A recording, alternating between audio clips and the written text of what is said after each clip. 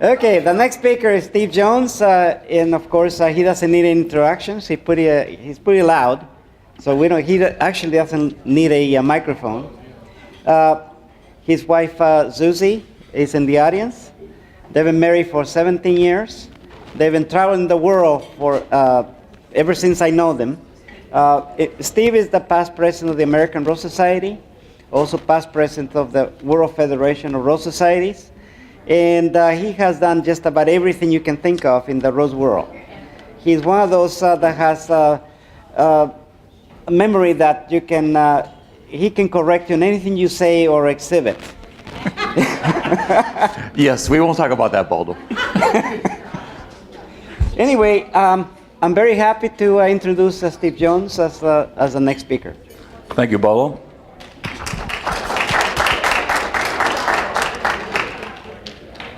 Yeah, as Baldo said, Susie and I have been very fortunate to be able to travel around the world for roses. Being a part of the American Rose Society and the World Federation of Rose Societies, we're afforded to travel to conventions and see gardens all over the world.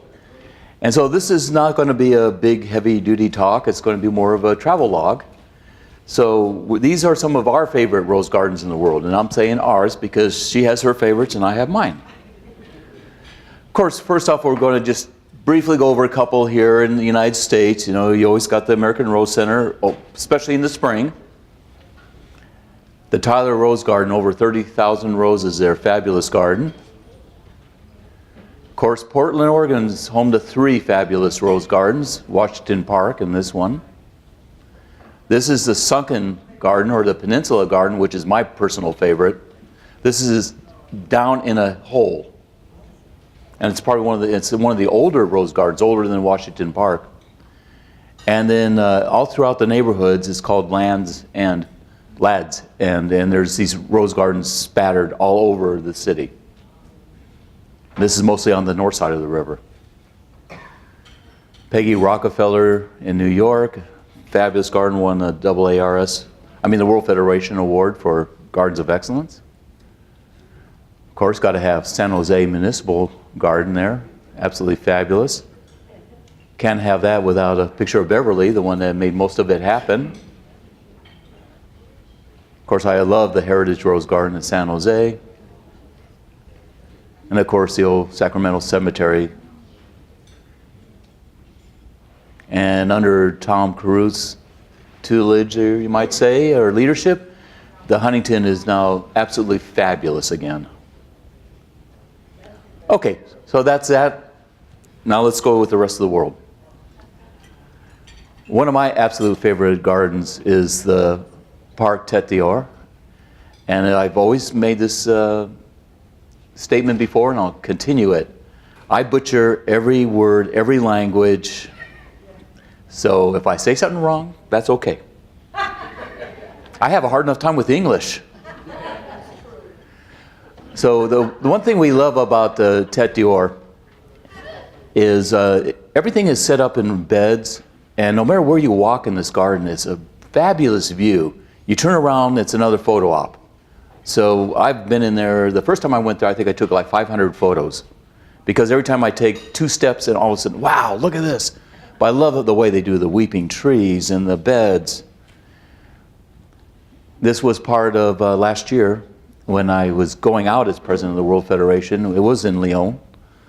And so this is, you can see some more of the beds.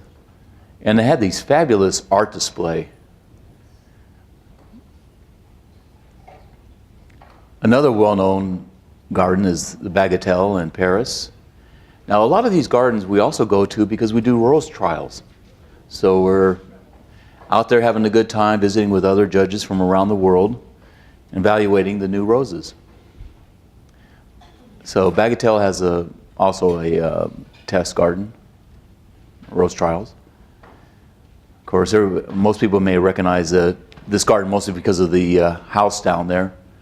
This garden was designed by Forestier, a well-known designer of parks in France. And once again, another one of these gardens that no matter where you go, it's just another great view. And the one thing I really enjoy is how the treatments. How do they make the roses look better, pop out? Here they have some on the ground, they have rose trees, and they have these different arbors. And they're made out of all different types of material, which is fascinating. And once again, a little bit more of a formal garden. But you can see they have arches, pergolas. Best way if you want roses is go straight up. And they do a wonderful job. And of course they have trellises in the back, which are mostly made out of wood. Another well-known garden is, this is actually Valdemar, which is Roseraie de Lay, outside of Paris. Gavarot was the gentleman that created this garden. And the thing here I'm most impressed with is that iron wrought, the wrought iron. The ironworks are absolutely fabulous, and they're well over 100 years old. They have lots of tunnels like this. That's a blush rambler, the one that's blooming right there. And once again, a little bit more of a formal garden.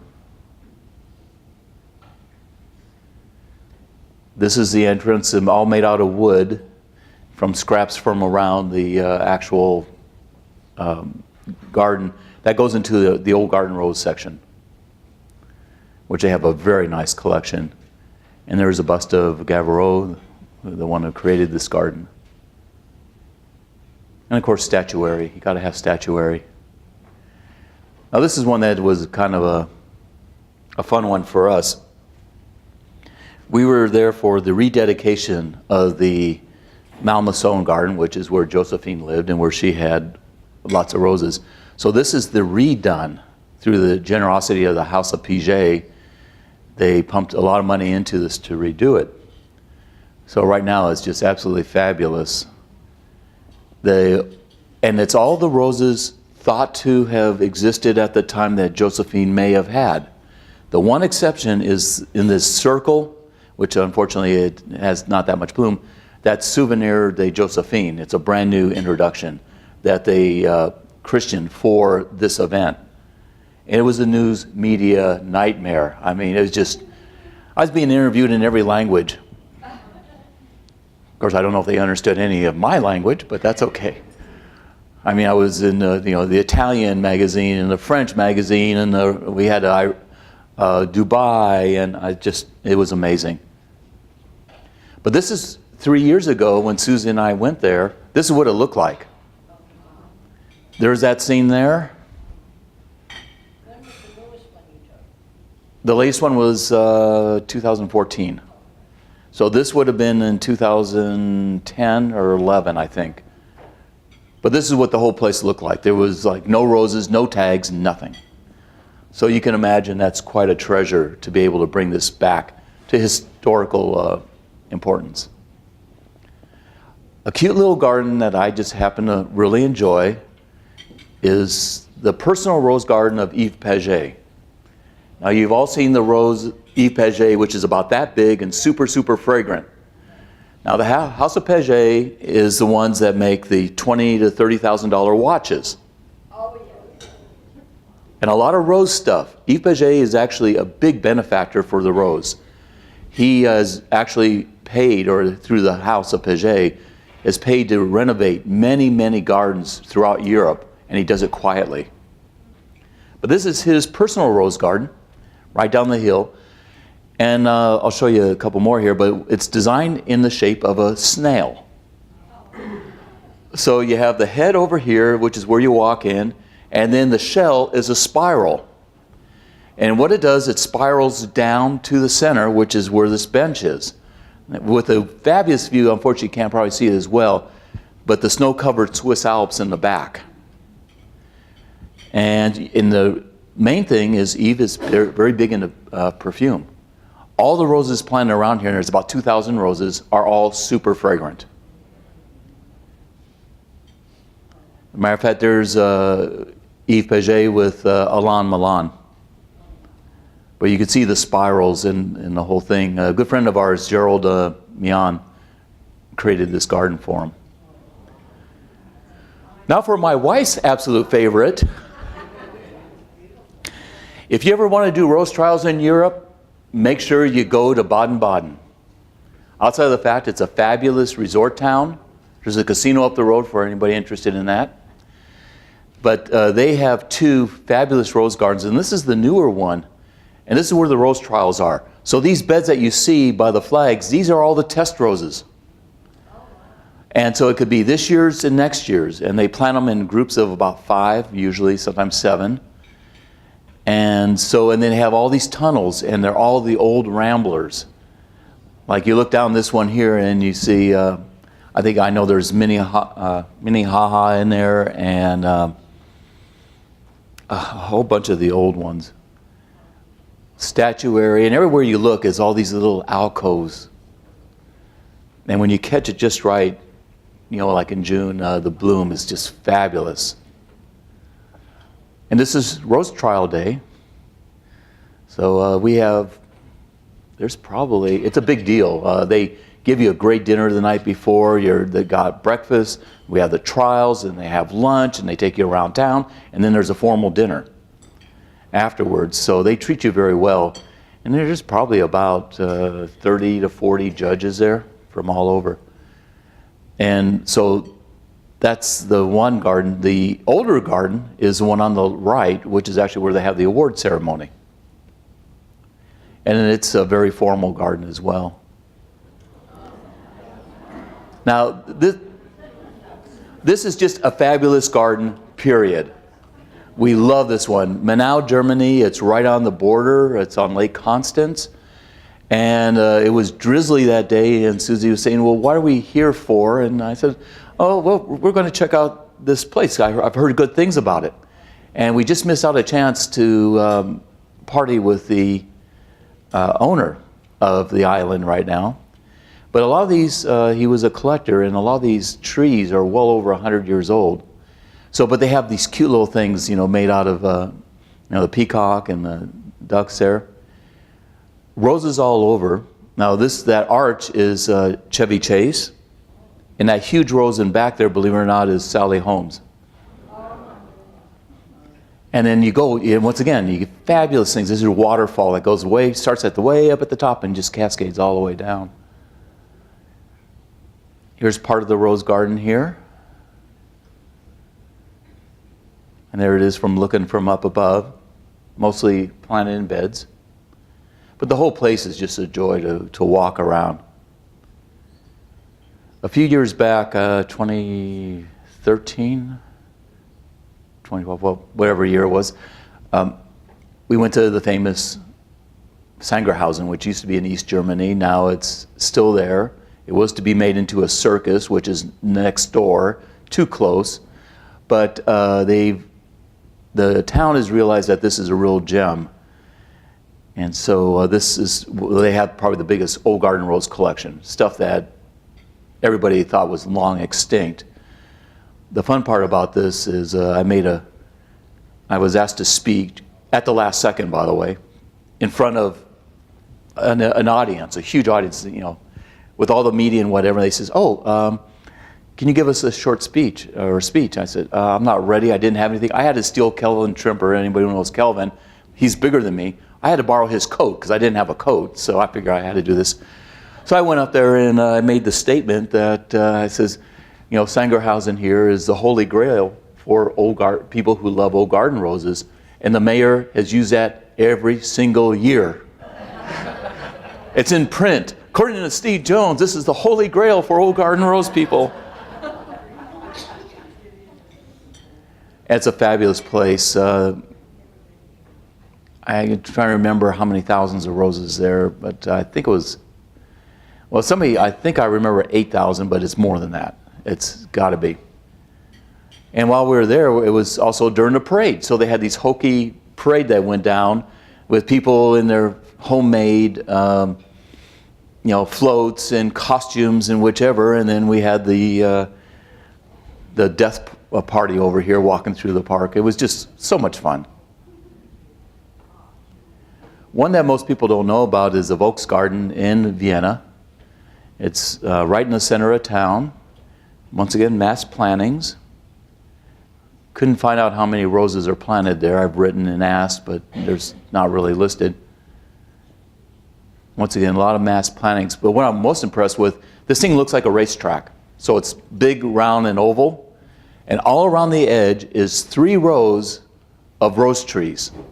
Can you imagine? Now this thing is about as, it's probably at least, probably about the length of a football field. And it's with all these huge, well-developed rose trees. Absolutely fabulous. Another fun rose trial, if you make it down to Spain, is the one in Barcelona, at the Parc Cervantes. This is the one end where they have a lot of the ramblers and noisettes growing. The bed right in front of that is Pedro Dot, who's a Spanish hybridizer. All his roses are there. And I believe that's chromatella growing up that old stump. They keep thinking they're going to cut that down, but when it blooms like this, they said, no, we can't do it. This is the trial grounds there on the left, and these are actually concrete teepees, and that's what they train the climbers up. And another view. This is another one of those parks you just walk 10 feet, get another view, 10 feet, get another view. Closer into Madrid, they have 2 rose gardens there. This is the first one, the main one. They also have rose trials as well. Once again, more formal plantings in beds, some different treatments. But once again, it's just one of those that you just keep walking and looking and taking more photos. But this is the older park. This is in the Parc Retiro, which is kind of like Madrid Central Park. Massive park. But they have, I think, better bloom over there. And the different treatments, they have fountains and just fabulous things. And of course, more formal with the boxwood. And some of the fountains there.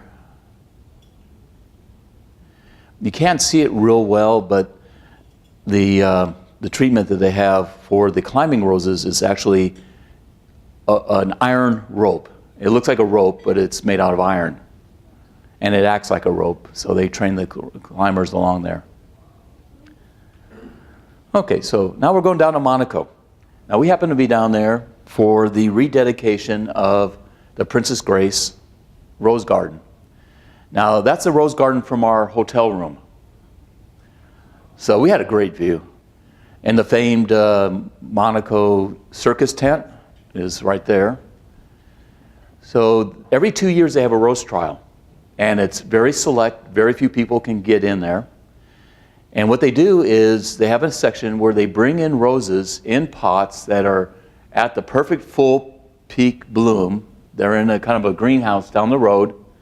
And then right before the trials, they dig up this whole area and they plant all the pots. So you're evaluating actually the roses in this garden, but they were just put there within maybe 2 weeks before. Well, that way you have plenty to judge, right? I mean, come on. If you go to the rose trials, if it rains, it does this, So this is my team that I worked with on the right there, and you can see 3 ladies. And guess who never got a word in edgewise? I don't believe it. No, I'd say, no, I really like this one over this one. It says, well, we outrule you. I didn't win one argument. But we all did agree. Well, 3 of us agreed though on the best rose, where one disagreed. So I actually got one argument, and it was for the most fragrant rose that day, which was called Purple Lodge. Fabulous rose. I'm waiting for it to get over here in America. Super, super fragrant.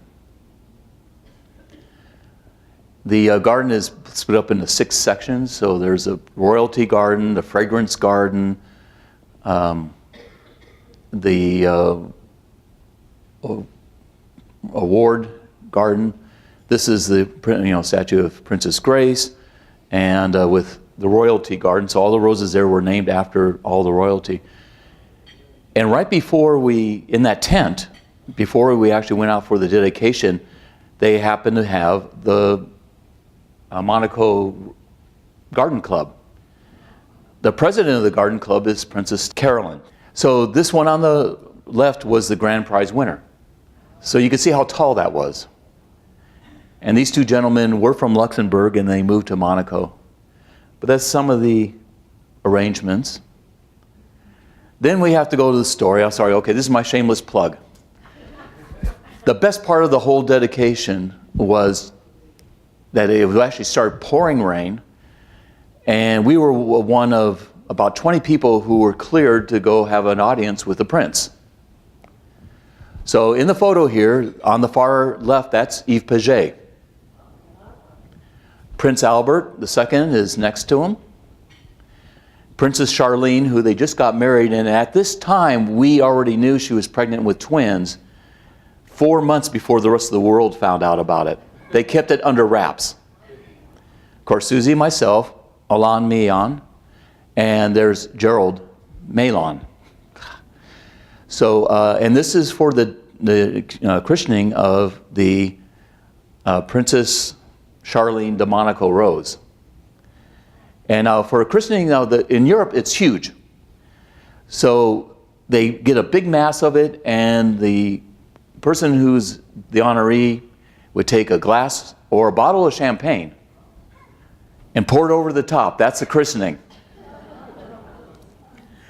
But they had to be super careful, and cameras were verboten because they didn't want to have an awkward shot of the princess with a glass of champagne while being pregnant. So with no cameras, I asked, can I get a shot for the World Federation for the newsletter and all that? And took like 3 levels of asking different questions. And they finally said, sure, but we have to take the photo and then we'll send it to you. No problem. So this is the photo. Now I'm going to tell you another story because my wife will tell it otherwise. Yeah. Okay. No, I'll tell it. I'll tell it right, don't worry. Okay. When we got in there, you know, of course I'm wearing the chain of office, so I look like I'm somebody important. And we were told not to approach the prince, that he will approach us. So the prince came up and says, hi, I'm Prince Albert, you know, and I said, oh, Steve Jones. And then at that time, Yves Paget comes running up there, and he says, oh, Prince, let me introduce you to Steve. He said, you weren't around, so I had to do it myself. The prince is a hoot. I mean, he's the type of guy, I always say this, I say, hey, Prince, you want to go in the back and shoot some hoops? He'll do it. So as we're chatting there, and I'm well known for saying what's the first stupid thing that comes out of my mouth when I meet famous people, especially. Like when I first met Fess Parker, he says, hi, I'm Fess Parker. I says, yeah, I know. Okay.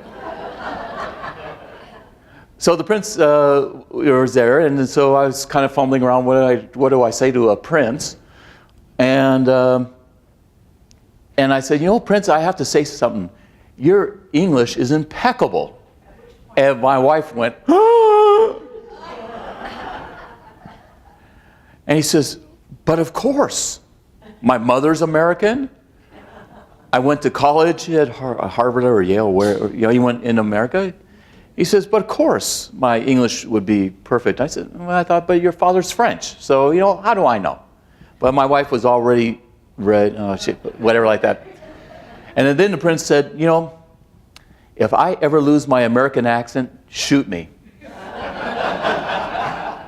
I mean, this is a prince. I mean, the ruler of his country.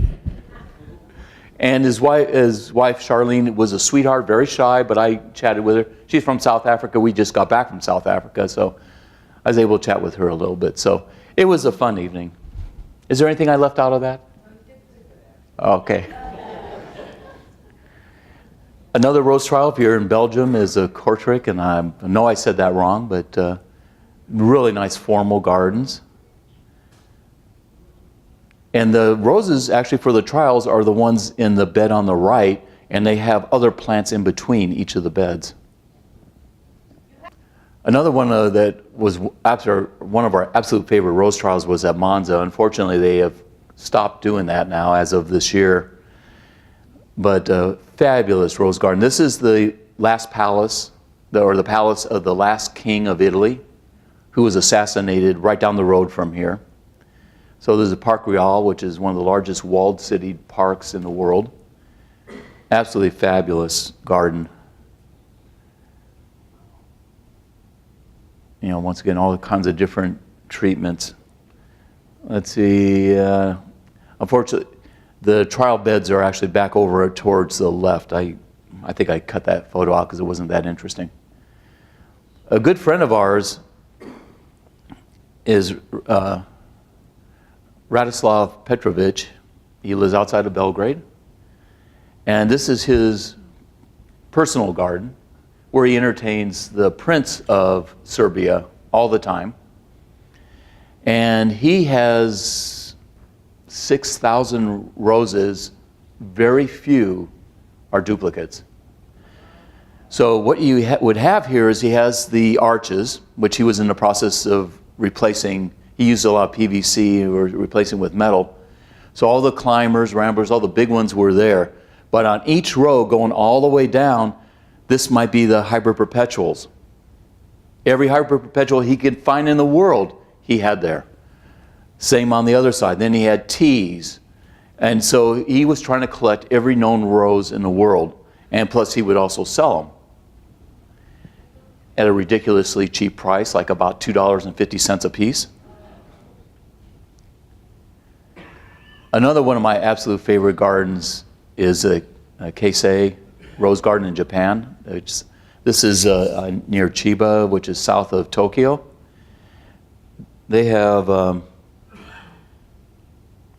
I think it was 12,000 roses. And they do things, once again, in mass beds. And the roses are big. I mean, I'm looking, you know, right at almost head level for all these. A lot of these roses were actually from Lyon. They've had a relationship for over 50 years. So they have, can't really see it real well, but they have concerts in the garden here, on the one on the left by the pergola, statuary all over.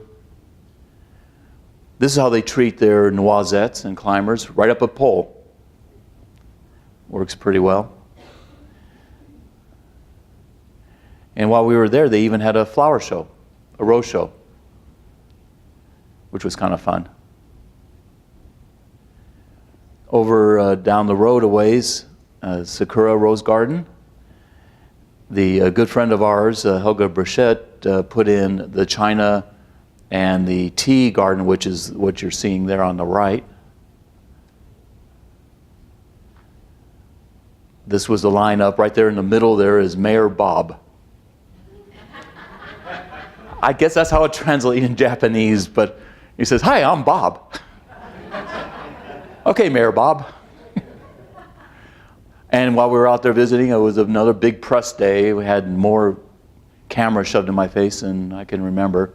That's another view of the Helga's tea and China garden. And some of the other parts of the garden. It's a really nice garden. Now we're going to go over to China. Now one thing I'm going to have to say here, China does things big. They do things quickly and they do things big. You're going to hear a number. That number is 100,000. You're going to hear it more than once. So this is the Beijing Botanical Gardens. We've been there several times and it's just a joy. It covers about 250 acres and they have different plants and they have different treatments. To the left is a water fountain, a huge water fountain that when it was running, it does all kinds of neat things, the lights, and shoots hundreds of feet in the air, but they weren't running it the day we were there. And of course they're well known for this type of, they have a frame and they shove plants in each of the little holes to form the rose or whichever object that they want to have. And the reason why I say 100,000 is because they have about 100,000 roses here. And they just put in some new rose beds. So, but it's just a joy. It's just a fun. China gardens are fun. They're made for the families. They're made for kids. They're made for everything. They just do things fun. And when you're not there during rose season, they are well known for their tulips. 500,000 tulips, to be a matter of fact. And every winter they dig each and every one up, and then in the spring they replant them in totally different patterns every year. This is just absolutely amazing. Now this was a new rose garden that just won the World Federation Award of Excellence. And this garden didn't exist 6-7 years ago. Remember that number I gave you? 100,000? They have over 100,000 roses here. Matter of fact, the first time we went there, they were still in pots. And they hadn't planted them yet because they had a really cold winter that lasted into spring, so they couldn't. So they brought them all in, dug them down, put in the pots, and then filled in around the pots with soil. After we were there, then they dug them all up and planted them. 100,000 roses. And this is, you're at one end, all the way to the Ferris wheel. That's all roses. And that Ferris wheel, by the way, is a spokeless Ferris wheel. Unfortunately, we couldn't go on it because it wasn't running at the time we were there. Either time. Well, the first time we were there, it didn't exist. The second time, they weren't running it. But the neat thing about it is they have a light show that goes around the outside of it. And it just flashes and goes, and it's just fascinating. I have video of it if anybody's bored enough to want to watch it. But once again, different treatments. They have water, they have like moats to try, I guess, to keep people away from the roses. And once again, fun. They have this little train ride that goes around, plant roses all over the place, a lot of water features. Now, when we were there this year, this was a few months ago, this was a brand new rose theme park. This was nothing 3 years ago when we went out there to evaluate it. And once again, what's that magic number?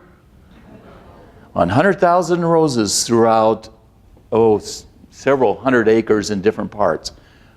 This was an old industrial town that they are turning into parks, hotels. This was our dedication. That's a little bit of a rose there. But when they do things up, they do it right. Now they have a rose themed park. Outside of that, this is the Rose Museum. It's everything rose. And you can't see the photo very well, but the outside is brushed stainless, and it has cutouts of roses all the way around. It's absolutely fabulous. And inside they had a mural dedicated to the presidents of the World Federation, and this is supposed to be me.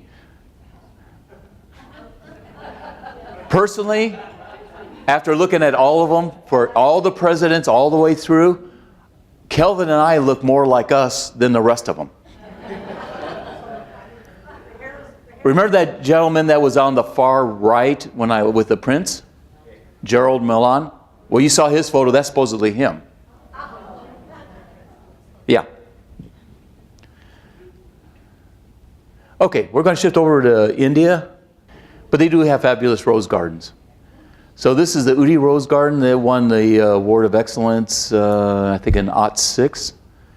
This has 7 different levels, and they're always putting in new levels. Talk about media. We went there, and there must have been 30 mics shoved in my face. I was like, it's just me.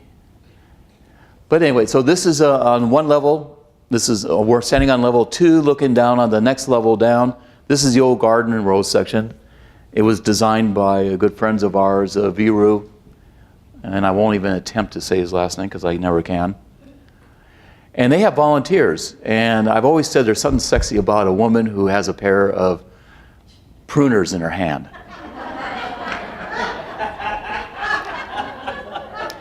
But she holds them the same way David Rustin does, which is upside down for us.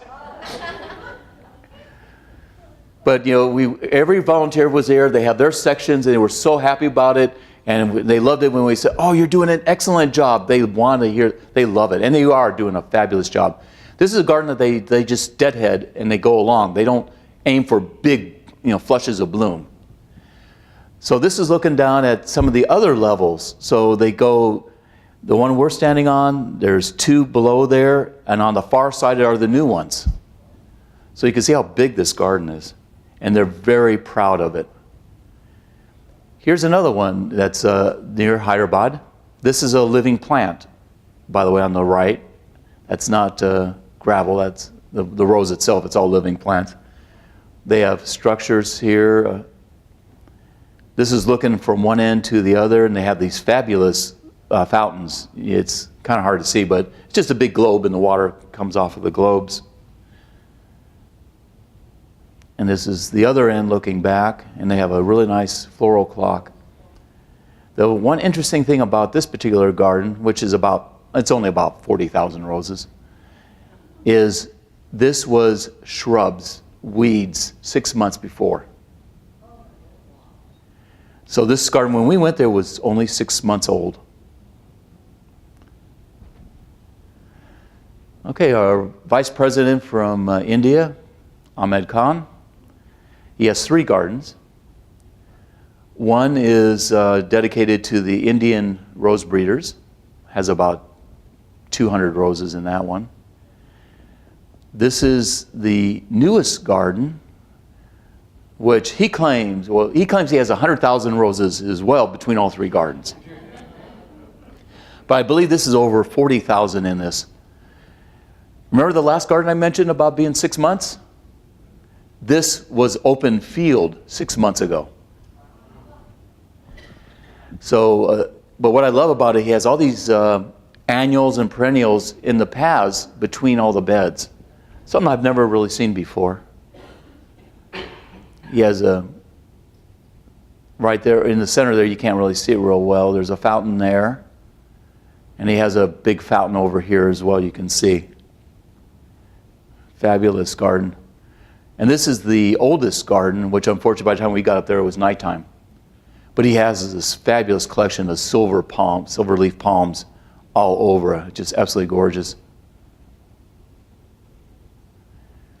Trip down under, Adelaide. This is that's a rainforest building there. And they had the test grounds there as well. They're fun to do too.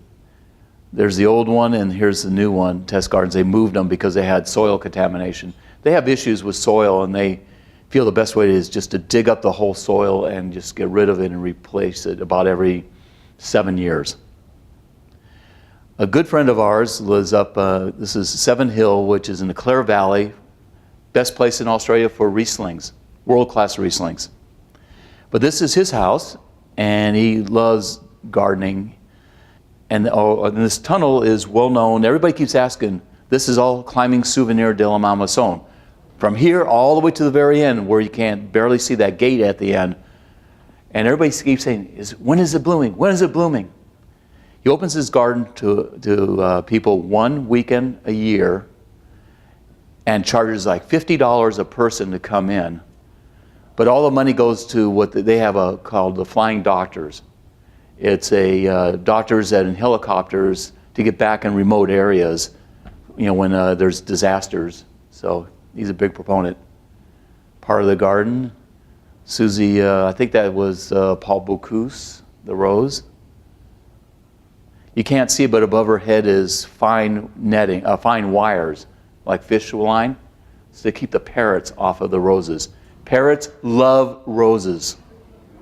So in Australia, you got another pest. We have gophers, we have deer, they have parrots.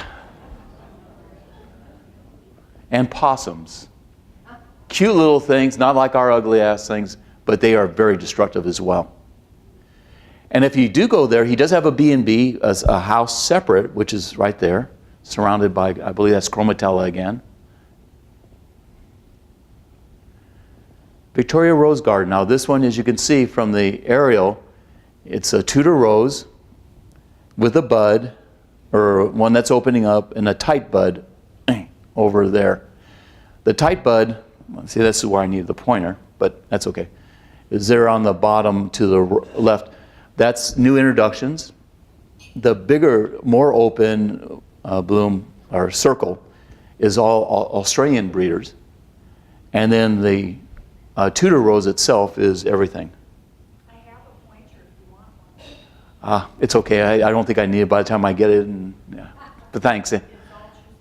Okay. So this is the center of that Tudor. As you see, rose trees lining it. Nice in the center. Different treatments. Once again, they do pillar roses all the way around. So, and this is the Morningstar garden, or Mornington garden. Mostly David Austin's. Supposedly this was designed to look like a clipper ship sail. I guess.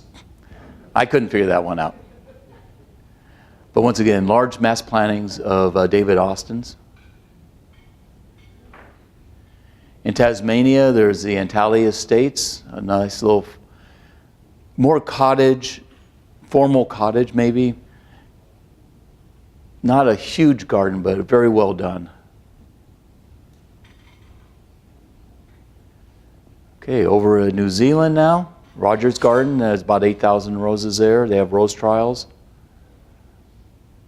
And their rose trials are interesting because they're all planted out among there, and then there's sticks with numbers on them. So you have to walk all the way around this whole area. And they have concerts there where the gazebo is. And the tent over on the right, that's where all the judges eventually ended up after we did the trials. Another one is Mackenzie. Also have rose trials there. This is more in a spoke. As you can see, the beds, if they want one, they just dig up the grass and put another bed in. Okay, so these are other top gardens we have not visited yet that people say are absolutely fabulous. Of course, Gifu, Belfast, Northern Ireland, David Austin's, and Morning Star, not Mornington, but Morning Star in Australia, which just also won an award of excellence from the World Federation last year. Other ones I would recommend, St. Albans, Sissinghurst, Montesfont, and Mont-Royal. Mont-Royal Garden has one of the biggest collections of species roses in the world. We were there taking photos in the rain. Paul Colombo and his wife, Dr. A, basically they were holding the umbrellas over us while we were trying to take photos, soaking wet. The reason why I don't have photos of these other ones is because they're on slides and they just don't copy very well. But I got to go back. Here's some honorable mentions of gardens that we really enjoyed. And a few more. The last one there, Chateau Barossa, they have over 10,000 roses there and a lot of David Austin's. Now our new favorite rose garden, home. Just a quickie here, you know, just so you could see our place. When I came up, we brought up about 200 and some odd roses, mostly miniatures in pots. So I made a green barrier on our deck so nobody would fall off. So because of gophers and other things, I built raised beds. So here's one. Here's our David Austin's. This is what we're talking about, Ron. This is that strip along the front of the house. The big ones are in the back so they can grow tall, so I can cut them from the deck. So I don't have to get in there. Old garden rose bed, a hybrid tea bed, all raised beds again. One of the first bed I built, a small hybrid tea bed. Yeah, there's another hybrid tea bed I put in last year. This is a brand new one I just put in this year. And this is what it looks like already. And they already showed that, you know, Bob Martin showed that picture of white drift. That's white drift there. It is never out of bloom. I absolutely love it. Highly recommended. And there's the other old garden rose bed. But you see I have a slope. And the vineyard's in the back of there. And just a little basket of Cinderella. And that's it.